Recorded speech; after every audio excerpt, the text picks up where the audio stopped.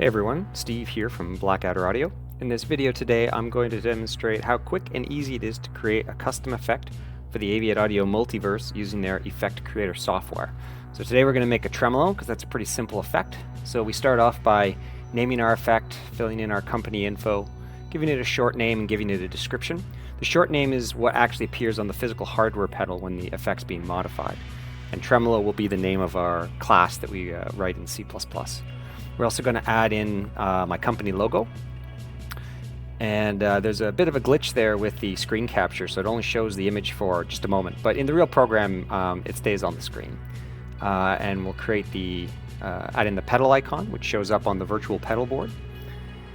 And finally, the base image. So this is kind of like what your enclosure would look like if you had painted it, but haven't drilled it or installed your hardware yet. I've also got some graphics that I made for custom knobs, switches, and encoders that we'll need for this. A stomp switch with a LED. So I'm just going to set up the position. The X and Y coordinates are with respect to the top left corner of the base image in pixels. So I need two images, one for the on and one for the off graphic. As I said, this makes the stomp look up or down and the LED on or off. Now that I've got the position set, I can set the scale to get it sized correctly, and we can see my button now works. My volume knob is going to be a custom knob graphic as well. Again, I need to set the position. Oh, that's a mistake. It actually goes in the X. So the position in X and Y coordinates.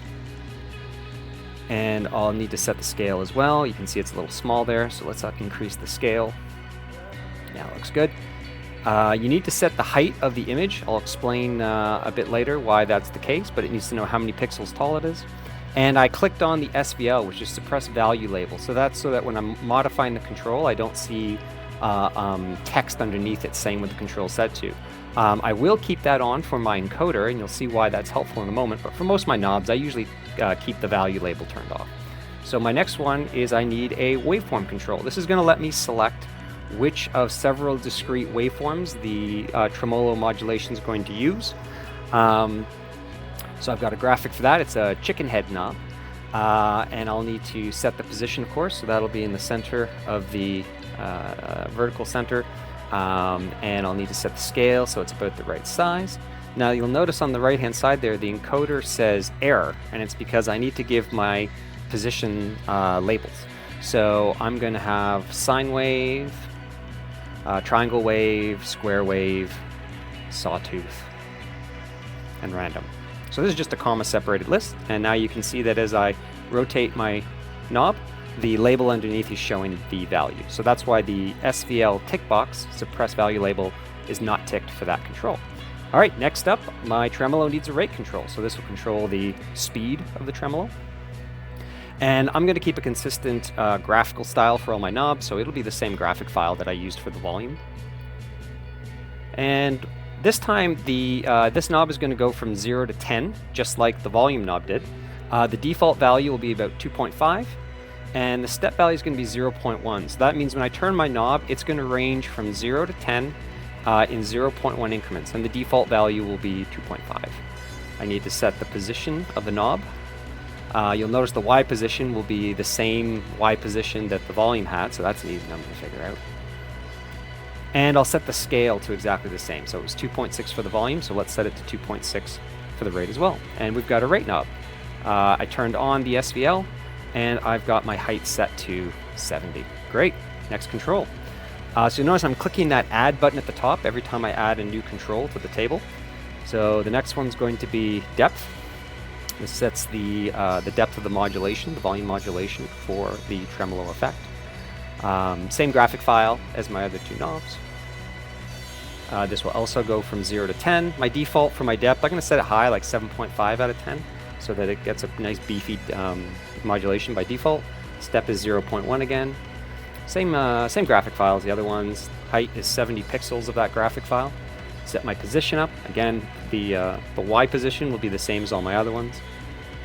And I'll set the scale to 2.6 again so that it's exactly the same size. I'll need to turn on that suppress value label. And there we go. So graphically, my pedal's done. So I'll save the project. and I'm going to generate all the basic files. So the program clicking gen, it just generated all of the boilerplate code that I need for my pedal. I just need to do a little bit of stuff myself to add in the algorithm. So let's go take a look at this. We're going to edit the effects header file first. We need to add just a few things to make my tremolo work.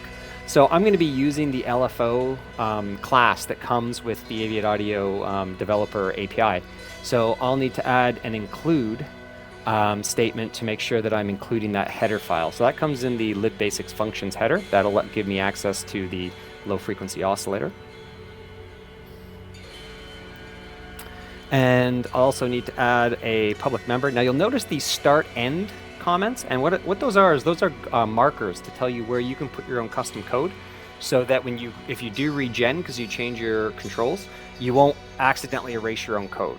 So I added a public member function there called set waveform so that I can use the enumerated waveforms of that LFO with my effect. And I added a few private variables there. Feel free to pause the screen if you want to look in detail what code's getting pasted.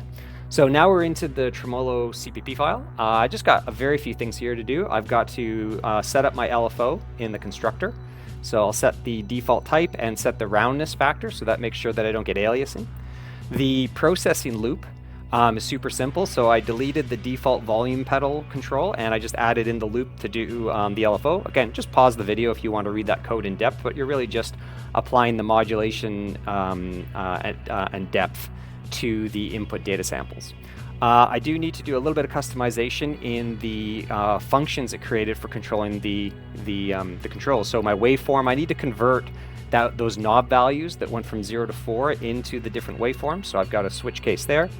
I'm also going to need to do a little bit of code for the rate, because I need to convert it from, I want 0 to 10 to basically represent 0 to 20 hertz. So I created a max rate hertz on my header file so that my LFO could go up to 20 hertz. That's pretty fast for a tremolo.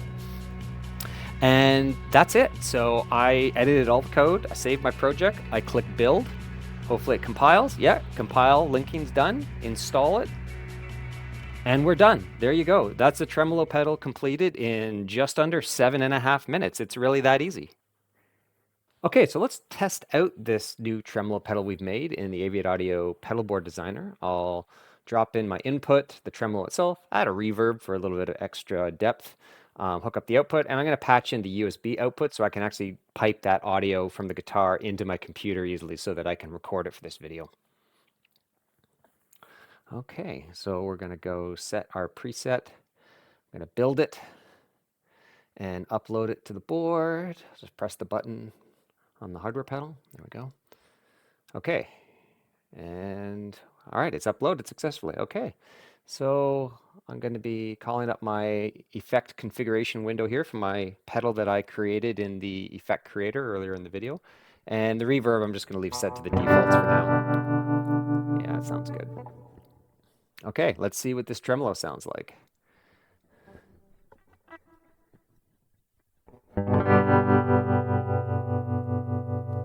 Increase the rate a bit.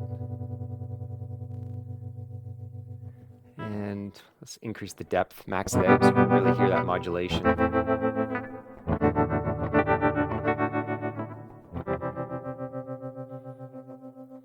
right, let's try different waveforms. Square wave.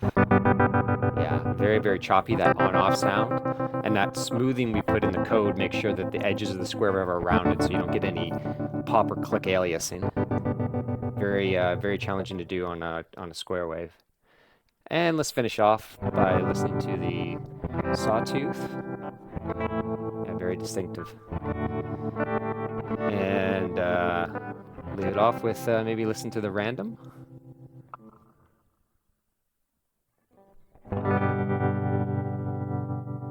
All right, guys.